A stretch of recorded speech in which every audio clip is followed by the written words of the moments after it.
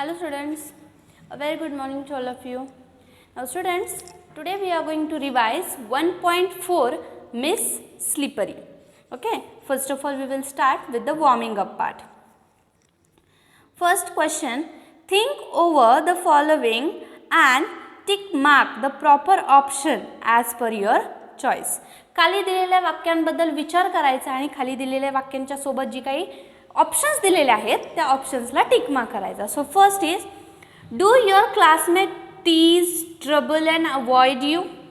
तुमचे जे काही क्लासमेट आहेत ते तुम्हाला त्रास देतात का, चिडवतात का किंवा तुम्हाला अवॉइड करतात का. So if yes, no or sometime, फक्त तुम्हाला इथं टिक मार्क करायचे. जर करत असतील तर येस, नसतील तर नो, आणि जर कधी कधी करत असतील तर sometime. Now this all question is about personal response. आता हे तुमचे प्रत्येकाचे पर्सनल रिस्पॉन्सचे क्वेश्चन आहेत. प्रत्येकाचा अनुभव वेगळा असेल. काही जणांना कधीच कोण टीज करत नसेल किंवा चिडवत नसेल किंवा काही त्रास देत नसेल, काही जणांना सतत त्रास देत असतील. So this question is about your personal experience. तुमचा एक स्वतःचा अनुभवावरती हा प्रश्न लिहायचा आहे. Second, do you with your friend also tease, trouble or give name to any of your classmate. तुम्ही सुद्धा स्वतः तुमच्या मित्रमैत्रिणींसोबत दुसऱ्या कोणाला त्रास देता का, दुसऱ्या कोणाला चिडवता का, हे लिहायचे. Yes, no or sometime. Yes करत असाल तर येस, नाहीतर नाही, कधीतरी करत असाल तर नाही, कधीतरी करते, अशा प्रकारे समटाईम. म्हणजे तुम्ही तुमच्याकडून, पहिला प्रश्न काय होता की तुम्ही कोणाकडून चिडवले जाता का, म्हणजे दुसरं कोण तुम्हाला चिडवतं का. दुसरा प्रश्न काय आहे, तुम्ही तुमच्या मित्रमैत्रिणींसोबत दुसऱ्या कोणत्या एखाद्याला त्रास देता का, चिडवता का, अशा प्रकारे. Third, how do you handle the टीजिंग.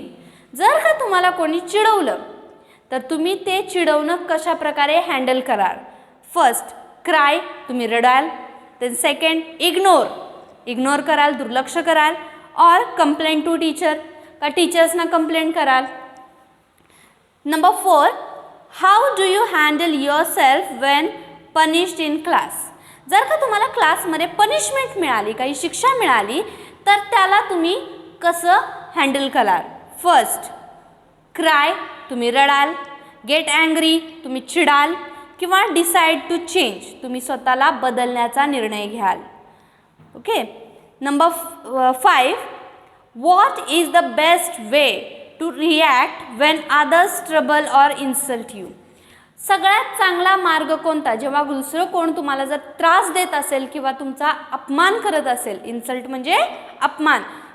का दुसरं कोण तुमचा अपमान करत असेल, तुम्हाला त्रास देत असेल, तर सगळ्यात चांगला मार्ग कोणता. फर्स्ट, टेक रिवेंज म्हणजे बदला घेणे, तुम्ही त्याचा बदला घ्याल. सेकंड, इग्नोर देम टोटली, तुम्ही पूर्णपणे त्याच्याकडे दुर्लक्ष कराल. थर्ड, बिकम डिप्रेस्ड, तुम्ही डिप्रेशनमध्ये याल, तुम्ही चिंता करायला लागाल, तुम्हाला खूप त्रास होईल. असं होईल का की नन ऑफ देम, यापैकी काहीच होणार नाही. तर तुमची रिॲक्शन काय असेल किंवा तुमचा बेस्ट वे तुम्ही कोणता मार्ग चूज कराल जेव्हा कोण तुम्हाला त्रास देत असेल. Okay. Second, rewrite using proper punctuation mark and capital letter. आता खाली काही 5 सेंटेन्सेस दिलेले आहेत. त्या सेंटेन्समध्ये प्रॉपर पंक्च्युएशन मार्क, आता आपण ऑलरेडी पंक्च्युएशन मार्क आणि कॅपिटल लेटर कुठे कसे वापरायचे ते आपण पाहिलेलं आहे, बरोबर की नाही. मग त्यानुसार you have to punctuate following sentence by using proper punctuation mark and capital letter. योग्य तिथे कॅपिटल लेटर आणि पंक्च्युएशन मार्कचा वापर करायचा आहे. Number 3, write in your own word what according to you is the best way to get rid of a negative or bad quality of in your friend. आता इथं तुमच्या मनाने काय लिहायचं आहे, तर write in your own word, तुमच्या शब्दामध्ये लिहायचं आहे. What according to you is the best way to get rid of a negative or bad quality in your friend. तुमच्या एखाद्या जवळच्या मित्रामध्ये जर का एखादा वाईट गुण असेल किंवा एखादी वाईट क्वालिटी असेल, तर ती वाईट क्वालिटी काढण्यासाठी तुम्ही काय कराल हे इथं तुमच्या शब्दामध्ये लिहायचं आहे. Now let we begin. Miss slippery. आता थोडक्यात मी तुम्हाला मिस स्लिपरी बद्दल सांगते. Miss slippery was the girl who was very disturbed. ती एक खूप डिस्टर्ब गर्ल होती. का? Because in her house her father and mother always fighting together. बरोबर की नाही? आपण हे पाहिलेलं आहे की मिस स्लिपरीच्या घरामध्ये तिचे आई वडील सतत भांडण करत असतात. Because of that she is in the depression moment. त्यामुळे तिचं काय अवस्था झालेली आहे? ती एकदम अशी डिप्रेशनमध्ये असल्यासारखी झालेली आहे. चिंताग्रस्त असते ती. तिचं कधीही दुसरा व्यक्ती, पुढचा व्यक्ती काय बोलतोय, what ever the people is saying, that she can't listen properly. ती व्यवस्थित ऐकू शकत नाही. वेरेवर और वेनेवर एनीबडी शाउट और anybody speak with a loud voice she get afraid. जर का कोणी दुसऱ्या बाजूला कोणी जरी मोठ्या आवाजात काही बोललं तरी ती काय व्हायची? घाबरायची. She get afraid and suddenly whatever in her hand she felled with that. मग जर का तिच्या हातामध्ये त्यावेळी काही वस्तू असेल तर आणि जर का कोणी एखादं ओरडून बोललं तर त्या वस्तू तरी पडायच्या किंवा त्या वस्तूंसोबत ती सुद्धा पडून जायची. अशा प्रकारे ती मिस स्लिपरी, सायली नावाची मुलगी होती. And she is good in study, but whenever her turn comes for telling the answer, she get vanished. म्हणजे ती हुशार होती, परंतु ती अभ्यास सुद्धा करायची, परंतु ज्यावेळी तिला उत्तर सांगायची तिची वेळ यायची त्यावेळी काय व्हायचं? अचानकपणे ती सर्व काही वाचलेलं विसरून जायची. She get vanished everything. ती पूर्णपणे विसरून जायची. And everybody laughed at her. आणि प्रत्येकजण क्लासमधला काय करायचा? तिच्यावरती हसायचा. And because of she every time she fall, ती प्रत्येक वेळी घसरून पडायची किंवा पडायची, तिच्या हातातून काही ना काहीतरी पडायचं, म्हणून तिला क्लासमेट्सनी तिच्या नाव काय ठेवलं होतं? Miss slippery. They also made poem on her. त्यांनी तिच्यावरती एक कविता सुद्धा केली होती. बरोबर? Miss slippery slippery sleeping without muck, ask her the simplest question, no answer is your luck. म्हणजे तिच्यावरती काय कविता केली होती की ती कुठे घसरडी जागा जरी नसेल तरी ती घसरून पडते, म्हणून ती स्लिपरी. आणि जर का तिला कोणताही प्रश्न विचारा तिच्याकडे कोणत्याही प्रश्नाचं उत्तर नसतं. Because she is depressed girl. ती खूप डिप्रेशनमध्ये आलेली मुलगी आहे. कारण घरामध्ये तिचे जे काही वातावरण आहे ते अगदी दूषित असल्याप्रमाणे आहे. तिचे आई वडील सतत भांडत असतात, ओरडून बोलत असतात, मोठ्याने बोलत असतात. त्यामुळे त्याचा परिणाम तिच्या माइंडवरती, तिच्या ब्रेनवरती झालेला आहे. Now one day what happen, her teacher, the bell had already rang when I reach the school. म्हणजे ती ज्यावेळेस स्कूलमध्ये पोचते त्यावेळेस ऑलरेडी बेल झालेली असते. ती म्हणजेच अर्थात काय, तर ती स्कूलमध्ये लेट पोचते. The teacher was in the classroom. Already teacher क्लासरूममध्ये आलेला असतात. The teachers room after the class. Her tone was not annoyance or अँगर, yet and unknown fear made me nervous. आता ती सतत नर्वस असायची. का? तर तिला असं वाटायचं की प्रत्येकजण आता माझ्यावरती, आता माझं काहीतरी चुकलेलं आहे, आता माझ्यावरती ते पुढची व्यक्ती ओरडणारच आहे. यामुळे ती सतत टेन्शनमध्ये असायची. आता माझं काहीतरी चुकणार, मला कोणीतरी ओरडणार, या टेन्शनमध्ये, या नर्वसनेसमध्ये ती सतत असायची. कारण तिच्या घरी सतत एकतर तिचे आई वडील तर भांडायचे, शिवाय ते दोघंही तिच्यावरती सतत ओरडत असायचे. त्यामुळे तिच्या मनामध्ये एक भीती बसली होती की मला कोणीतरी आता सारखं ओरडणार. मग ज्यावेळी ती क्लासमध्ये लेट पोहोचते that time also she is a nervous feeling that now teacher will scold me. आता टीचरसुद्धा मला ओरडणार, या नर्वसनेसमध्ये ती असते. मग नंतर काय होतं, the teacher called her after the period. She called her in a staff room. त्यानंतर त्या टीचर काय करतात, त्या पिरियडनंतर माझ्या स्टाफ रूममध्ये ये आणि मला भेट. Okay, after the lecture or after the period come in the staff room and meet me, असं तिला सांगतात. And that time teacher offered her 2 relations. Teacher offered miss slippery 2 relations. One is best friend and second is a younger sister, older sister. म्हणजे काय, तर तिला 2 नाती offer करतात की तू माझ्याशी एकतर मैत्रिणीप्रमाणे वाग किंवा मग मी तुझी मोठी बहीण आणि तू माझी लहान बहीण याप्रमाणे आपण नातं करूयात, अशा ती टीचर तिला बोलतात. That time she get something confidence, त्यावेळी तिला काहीतरी कॉन्फिडन्स येतो. And teacher that time teacher told her some work also. तर टीचर त्यावेळी तिला काही काम देखील सांगतात, जसं की रजिस्टर असेल ते स्टाफ रूममधून क्लासरूममध्ये न्यायचं, पुन्हा क्लासरूममधून आणून माझ्या केबिनमध्ये ठेवायचं. Afterwards you have to bring the collected notebooks in the staff room. Collect केलेल्या होमवर्कच्या नोटबुक स्टाफ रूममध्ये आणून मला द्यायच्या. अशा प्रकारचे नॉर्मल छोटी छोटी कामं तिला सायलीला देतात. कशासाठी? To increase her confidence. तिचा कॉन्फिडन्स वाढवण्यासाठी टीचर एनकरेज हर. टीचर तिला काय करतात? एक प्रकारचं धैर्य देतात तिचा कॉन्फिडन्स वाढवण्यासाठी. मग त्यानंतर काय होतं? त्यावेळी टीचरला असं रिअलाइज होतं की ती खरी वेंधळी मुलगी नाही आहे. She is a good girl, but because of her family reasons and family problems she is behaving like that. ती खरी वेंधळी मुलगी नाही आहे. तिच्या फॅमिली बॅकग्राऊंडमुळे, तिच्या त्या फॅमिली प्रॉब्लेममुळे ती अशी वेंधळापणा करते असं टीचरच्या लक्षात येतं. बरोबर, आपण हे लेसनमध्ये एवढं असं पाहिलेलं आहे. नाव इंग्लिश वर्कशॉप.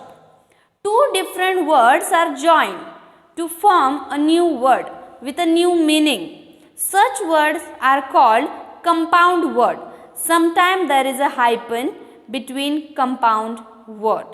आता असे काही वर्ड्स असतात किंवा शब्द असतात की ते दोन शब्द वेगळे वेगळे असतात, परंतु ते एकत्र जोडले गेलेले असतात, एकत्र लिहिलेले असतात. आणि काही वेळा त्या दोन शब्दांच्या मध्ये एक डॅश असते, त्याला हायपन असं म्हणतात. बरोबर, मग ते असे कोणते शब्द असतात की ते असे दोन वेगळे शब्द एकत्र जोडले जातात किंवा एकत्र हायपन देऊन लिहिले जातात, असे शब्द इथं लिहायचे.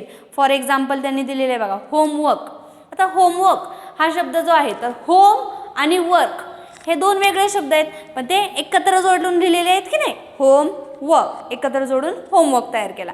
किंवा मग दुसरं kind hearted.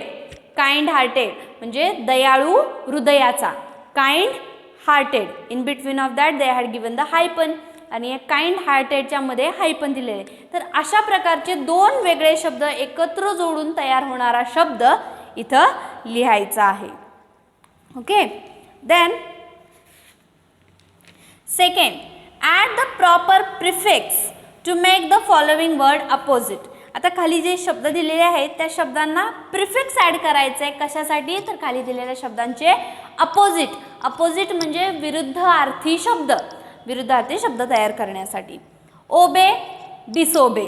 Okay, obey you have to add dis. Dis हे प्रिफिक्स लावल्यानंतर ओबेचा विरुद्धार्थी शब्द होतो disobey. Then honour, dishonour. Okay, then next is context, sympathetic, afraid. आता कॉन्टेक्स्ट, सिम्पॅथेटिक, अफ्रेड यासाठी कोणतं प्रिफिक्स लावू शकाल ते लिहायचं. जसं आपण ओबेला डिसओबे केलं किंवा ओनरला डिसओनर केलं त्या प्रकारे. Next is add suffix to convert the following words to adjective form. आता इथं आता हे बघा, प्रिफिक्स म्हणजे काय? तर शब्दाच्या आधी काहीतरी प्रत्यय लावायचा. आता ओबेच्या आधी आपण डिस लावलं, बरोबर की नाही, म्हणजे प्री. प्री म्हणजे आधी, शब्दाच्या आधी कोणतं तरी प्रत्यय लावायचा म्हणजे काय? तर प्रिफिक्स. आणि सफिक्स म्हणजे काय? तर शब्दाच्या नंतर, दिलेल्या शब्दाच्या नंतर कोणता तरी प्रत्यय लावायचा आणि दुसरा शब्द तयार करायचा. जसं की लाफ, लाफिंग. ओके, पुन्हा forget, forgotten. Then count, countable. Then move, movable. You can write forget, forgettable. Then punish, punishment. punishला आपण मेंट हा सफिक्स लावला. पुन्हा एकदा लक्षात घ्या, सफिक्स म्हणजे दिलेल्या शब्दाच्या नंतर कोणता तरी प्रत्यय लावायचा आणि प्रिफिक्स म्हणजे दिलेल्या शब्दाच्या आधी कोणता तरी प्रत्यय लावायचा. तर आता इथं आपण दिलेल्या शब्दाच्या नंतर प्रत्यय लावायचा की ज्याच्यामुळे त्याचा शब्दाचा ॲडजेक्टिव्ह फॉर्म तयार झाला पाहिजे. जसं की laugh, laughter. Forget, forgettable. Count, countable. नंतर लावतो की नाही त्या प्रकारे. Move, movable. Punish, punishment. अशा प्रकारे thought, care, fear, tear, joy या शब्दांना सुद्धा सफिक्स लावायचं आहे. Thought thoughtful, care careful, fear fearful, tear tearful, joy joyful अशा प्रकारे. Third, find word experience from the story which are similar in meaning to. Very expensive, म्हणजे आता खाली काही शब्द दिलेले आहेत, त्या शब्दांचे तुमच्या या स्टोरी मिस स्लिपरीच्या स्टोरीमध्ये आलेले सिमिलर मिनिंगचे शब्द लिहायचे. Very expensive, longing for, could not remember at all, constant, gather all one's courage, filled and increased in size, paining badly, forced to pay a big amount of money.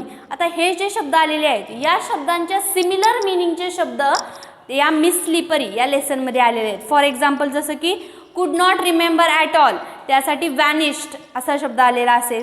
अशा प्रकारचे शब्द म्हणजे हे जे काही शब्द, व्हेरी एक्सपेन्सिव्ह म्हणजे खूप मौल्यवान किंवा खूप जास्त किमतीचं, खूप महागडं, यासाठी या लेसनमध्ये कोणता शब्द आलेला आहे. देन अशा प्रकारे खाली longing of, could not remember at all, constant, gather all one's courage, filled and increased in size, paining badly, force to pay a big amount of money यासाठी आलेले शब्द लिहायचे. Answer in short in your own word. शॉर्टमध्ये तुमच्या शब्दात answer लिहायचं आहे. The history teacher asked them to memorise it. What, history टीचरने काय मेमराइज करायला सांगितलेलं होतं. History teacher asked to memorise the cause and effect of the battle of Panipat. History टीचरने काय करायला सांगितलं होतं, to memorise cause and effect of battle of Panipat. पानिपतच्या युद्धाचे कॉज अँड इफेक्ट लर्न करायला किंवा त्यांना मेमराइज करायला सांगितले होते. बट शी वॅनिश्ड, बरोबर की नाही. Sayali's new frock tore. How, सायलीचा नवीन फ्रॉक फाटला. How, because she fall down from the steps. बरोबर की नाही, ती पायऱ्यांवरून पडली त्यामुळे तिचा नवीन फ्रॉक फाटला. Sayali hugged him tight. Sayali hugged him tight. To whom Sayali hugged tight. Sayali hugged tightly to his brother. सायलीने तिच्या भावाला मिठी मारली. बरोबर, ज्यावेळी तिच्या भावाने तिला विचारलं की खूप दुखतंय का, ज्यावेळी तिला लागलं होतं, when she falls from the stairs, that time her mother shouted at her because her frock was tore. ज्यावेळी ती जिन्यावरून पडली होती त्यावेळेस तिच्या आईने तिला ओरडली का तर तिचा फ्रॉक फाटला होता. But that time her brother was standing beside her and brother asked to her, is it paining badly, खूप दुखतंय का. त्यावेळी she hug to her brother tightly, त्यावेळी तिने तिच्या भावाला मिठी मारली. Teacher, Sayali was called slippery and why. सायलीला स्लिपरी का बोललं जातं, because every time she falls or she slip on easy floor also. अगदी साध्या सोप्या रस्त्यावरती सुद्धा ती सतत पडायची म्हणून तिला स्लिपरी बोललं जायचं. Teacher told Sayali to meet her in the teachers room. When, टीचर्सनी सायलीला टीचर रूममध्ये म्हणजे स्टाफ रूममध्ये भेटायला कधी बोलवलं. After the period teacher call. बरोबर की नाही, लेक्चर संपल्यानंतर टीचरनी बोलवलं होतं. Teacher asked Sayali to carry the notebook. टीचरनी काय सांगितलं होतं, त्या नोटबुक्स कॅरी करायला. Teacher told us to carry the notebooks till the staff room. Staff रूमपर्यंत नोटबुक घेऊन यायला, कॅरी करायला तिला सांगितल्या होत्या. Divide the class into group with the help of your teacher and convert the story into skit. आता काय करायचं आहे तुम्हाला तुमच्या टीचरच्या मदतीने. Now this is a activity based question. तुमच्या क्लासरूमला 2 पार्टमध्ये डिवाइड करायचे आणि ही जी स्टोरी आहे ती एका स्किटमध्ये, नाटकामध्ये त्याचं रूपांतर करायचं. Now this is a activity based question. Number 6, write what expressions does a person use in the following situation. खाली काही सिच्युएशन दिलेले आहेत, म्हणजे काही त्या सिच्युएशनमध्ये कोणत्या व्यक्तीने कशा प्रकारचं रिॲक्शन द्यावी, कोणत्या प्रकारची एक भाव असावेत असं एक्सप्रेशन किंवा त्याची reaction. First, Wien a person gets a sudden freight. जर का अचानक एखाद्या कोणाला sudden Wien a person gets a sudden freight, मग त्याचे एक्सप्रेशन काय असावेत. Second, Wien a person is very nervous, जर एखादा व्यक्ती खूपच नर्वस असेल तर त्याचे एक्सप्रेशन कसे असावेत. Wien a person is tensed, जर का एखादा व्यक्ती खूप टेन्स्ड त्रासात असेल तर कसं असावं. Wien a person is very happy, तर आता एक्सप्रेशन कशा आहेत. आता ह्या सेंटेन्सेस जे आहेत त्या सेंटेन्सेसमध्ये ऑलरेडी त्यांनी ते एक्सप्रेशन्स दिलेले आहेत. आता happy, when a person is very happy, मग त्याचे एक्सप्रेशन कसे असणार आहेत. Obviously happy expression. त्याचप्रकारे when a person is very confident, when a person is very angry and when a person is very sad. मग आता ह्या ज्या काही सिच्युएशन्स दिलेल्या आहेत खाली, त्या सिच्युएशनमध्ये त्या अवस्थामध्ये एखाद्या व्यक्तीच्या एक्सप्रेशन्स कशा असू शकतील हे इथं लिहायचं आहे. Now we have done with the Miss Slippery's revision. Now in the language study part, that is present tense, past participle and past tense and past participle, that also we have already seen. So again if you want then see that video again, regular and irregular verbs video. Okay, thank you.